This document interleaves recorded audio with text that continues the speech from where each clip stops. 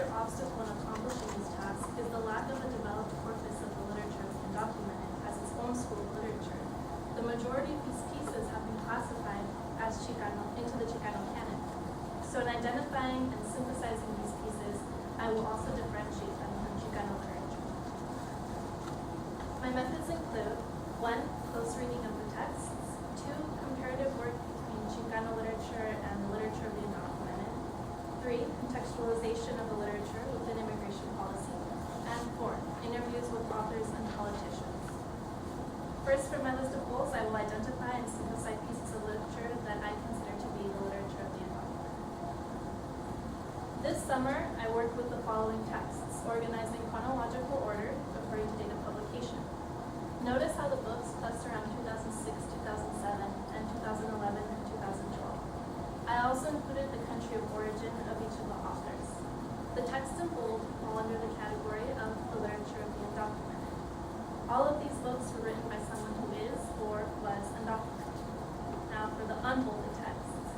I chose Crónica de Aztlán as a Chicano book with which to compare the literature of the undocumented because it approximates to the school of literature as close as possible. It was published by a major Chicano publishing house. It utilizes the theme of migration, and it is written in Spanish like the majority of the literature of the undocumented. Between the lines is a collection of letters written by undocumented immigrants in the United States back to their home countries. Some of the texts included are actually transcriptions of cassettes that immigrants resort to as an alternative form of communication when they themselves are illiterate. I originally chose this book as an indicator of education, but the letters served a greater purpose for my project. These letters were not written to be published. Neither the language nor the content were refined by the editors or publishing houses. It was important and reassuring to see that the books by undocumented immigrants do in fact maintain the authenticity of the immigrant presented in the letters. Now, for my second goal. The legacy of Chicano literature is undoubtedly influential on the literature of the undocumented, but I have found that they are different enough to be considered separately. There are two major differences between them: the author's personal identification within the parameters of their literature and the essence of their language. I'll begin with the author's personal identification.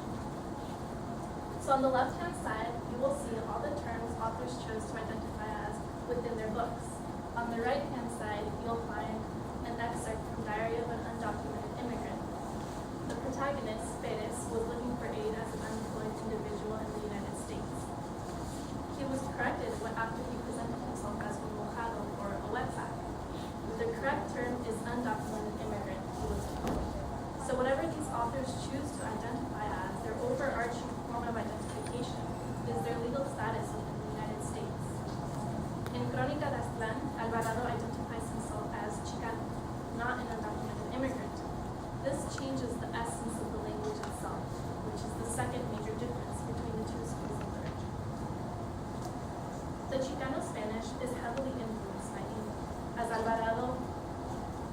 For Alvarado, learning and writing in Spanish was a cultural inheritance, as shown. For the undocumented authors, Spanish is the present in which they operate. There are many examples of loanwords in Crónica de Aztlán. This is a linguistic term that refers to words from one language, in this case English, adopted by second language, in this case Spanish, after they've been in contact. This linguistic phenomenon is common between any two languages that share a border. Some examples in the text include confortablemente, which comes from the English word comfortably, and a nudo que use cómodamente, and troque, which comes from the English word truck, and nudo que use camioneta. Instead of adopting these loanwords, undocumented authors employ the dialects of their native countries. From a linguistic perspective, this does not make the Chicano Spanish any less valuable nor incorrect. It's simply different. However, by staying true to the dialects of their countries, the undocumented authors accomplish a return to their homeland via language. A dialect is, quote, a particular form of language that is peculiar to a specific region, end quote. Wrapped in every dialectic word is a piece of homeland. The location-specific words remind the readers that the linguistic reality for the authors exists south of the border, even when they are physically above it. For authors in the literature of the undocumented, El Norte is both a place and a direction. Immigrants travel north to the land of opportunity, but even when they have arrived, the United States remains el norte. This geographic association with the country is one that those born in the United States do not make. The reality of the undocumented becomes the following words. Coyote, someone that smuggles you into the United States. Patero, someone that walks you to the border and shows you the indicated entry point. Chivos, immigrants waiting to be smuggled into the United States via Coyote. And La Migra, the constant fear of the undocumented, also known as border control. These are fears and people that Chicanos may know of, but not words that they experience. Every text from the literature of the undocumented pulls from this collection of words, making them the jargon of the undocumented immigrants. The difference in language that I've been emphasizing is not simply a matter of aesthetics. It is about how language becomes a way for immigrants to travel back to their homeland when they physically cannot, and to communicate their very specific experience. So, now having isolated a body of literature to work with, and understanding the essence of the corpus, I can move to my final point, which is it is possible to trace the relationship now with external forces such as policy. First and foremost, policy creates a demand for literature by undocumented immigrants. Second of all, literature communicates the response immigrants have to certain legislatures. The works of literature that came out of undocumented immigrants' own initiative consistently coincide with major political developments in immigration policy. Having an audience attuned to the news on immigration is a public that publishing houses undoubtedly take advantage of. Grande and Sabine's novel coincide with the Day Without Immigrant Manifestations which swept the nation May 1st, 2006. Huerta also took advantage of the same movement and published his first book in 2007. Zamora published his book the year that Obama declared immigration reform to be his priority. And American Copia and El Norte, two other books, were published shortly after, also around the same time SB 1070 was being contested in the Supreme Court. The books shown in bold are paired with the major legislative changes of the time. The relationship between immigration policy and literature, though, is deeper than an opportunity to sell books. It also provides an insight to the immigrant perspective on policy. When people cross into the United States without legal authorization, the first reality that they learn is that they've become an undocumented immigrant.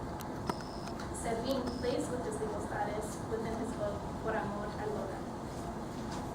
He includes scans of pay stubs, images of himself, of others, anything and everything that he has encountered in the United States, taking it upon himself to document his existence in a country that legally refuses it. This act of political defiance is one that all the authors share because in writing books, they contribute to the process of documenting the undocumented. A similar defiance can be traced to Huerta's second book, American Copia, Immigrant Epic, and the following passage refers to the day of his citizenship. Quote, by the time of my INS interview, I was an English major at the University of Houston, so I felt ready to pass any exam on or about the English language. And today I'm going to the grocery store was my sentence. I wanted to tell the INS agent that I could do things with the English language that she could never even imagine. Instead, I settled for showing her that the sentence scans as iambic pentameter. One day, I told her, I will write an epic, starting with that line. Huerta dedicated his second poetry book to fulfilling that promise. American Copia is a book about going to the grocery store. However, it also answers to the process of citizenship that Huerta portrays as dehumanizing and an insult to his intellect. Immigration Reform and Control Act, or IRCA, was the specific piece of legislature that allowed for Huerta to gain his citizenship. It primarily focused on benefiting laborers. The United States recognized that immigrants were a necessary labor resource. Through his literature, Huerta shows how the seemingly positive intention of IRCA was lost on the actual immigrants. Salvatierra's book, El Norte, provides insight on how policy regarding the legalization of immigrants might go more positively. In his poem, Noticia de Navidad, Salvatierra discusses Laey that granted Nicaraguenses like himself the green card. Salvatierra writes, quote, Laey se llama mi nueva fe de bautismo, or Laey is the name of my new baptism. contextualization becomes a renewed identity and a gain of freedom, not an insult.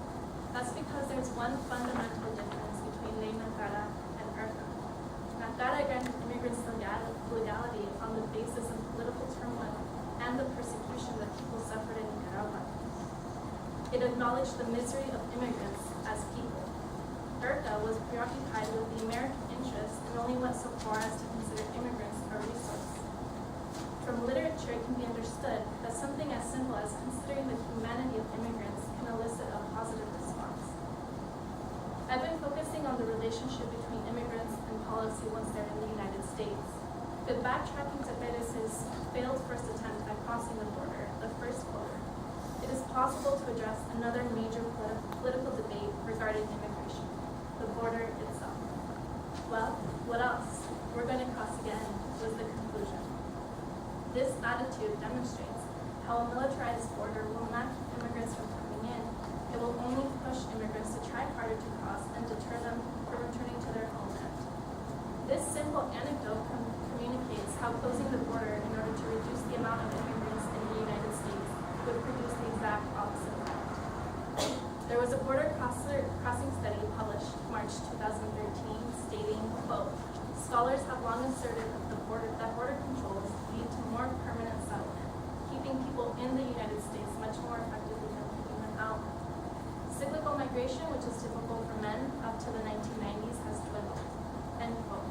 This same outcome was predicted 22 years ago when Ramon Perez published this anecdote.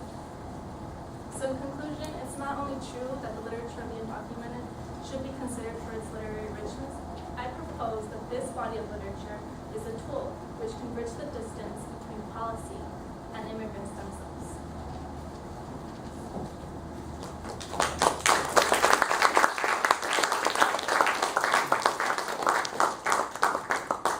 So thank you to my mentor, Professor del Valle, also Javier Zamora, author of Nueva Immigrantes, for answering any and all questions. The SERV program